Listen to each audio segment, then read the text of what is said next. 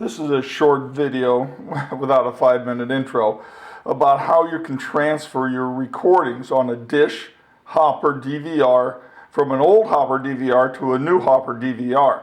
Now what they generally tell you is go buy an external hard drive and transfer them to the hard drive. I bought a 5 terabyte hard drive, but I couldn't make the old Hopper work. It was just, there was something wrong with it. It kept blowing out chemical smell. And about half the time you had to unplug it to restart it because the hard drive would spin. So I couldn't get those transferred. So I searched trying to figure out how to do the transfer direct from the old DVR to the new one. And I tried everything I could, and I finally found this method. Now, first you need to navigate to the menu.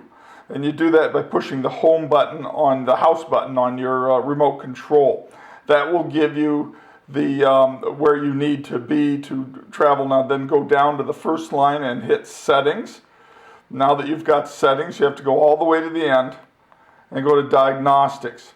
Now you're at the screen that's going to let you begin the transfer process.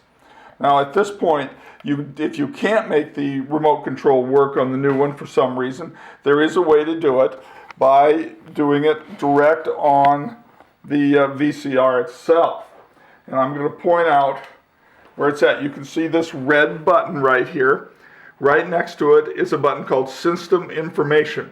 That will get you to this very screen that we're on. And then you can use Select and the 4 buttons around Select to navigate to where you need to be. So you can bypass the, and that's an Ethernet cable there. You will need an Ethernet cable. You can bypass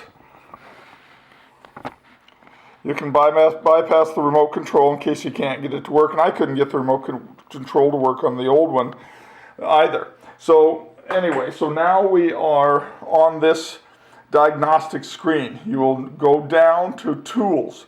Once you're on Tools, you go right and down to Restore Recordings. And now when you're on Restore Recordings, you click Select Events. You can see in the bottom right corner, it says Select. And now it will show you how to plug in the Ethernet cable. And I didn't try it using any other plugs other than the top Ethernet cable on both of the DVRs. Now, warning, they'll say it'll take 2 days to do this. My Hopper was only half full, and it took 3 days, over 3 days to get it done.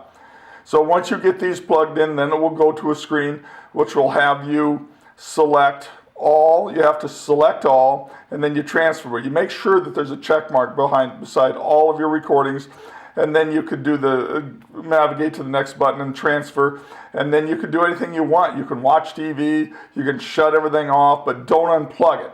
You need to go back through this same method and check once in a while, make sure it's still running. But that's how I got mine taken care of. Now, one warning, if you have insurance, the insurance through Dish, it should really pay for this.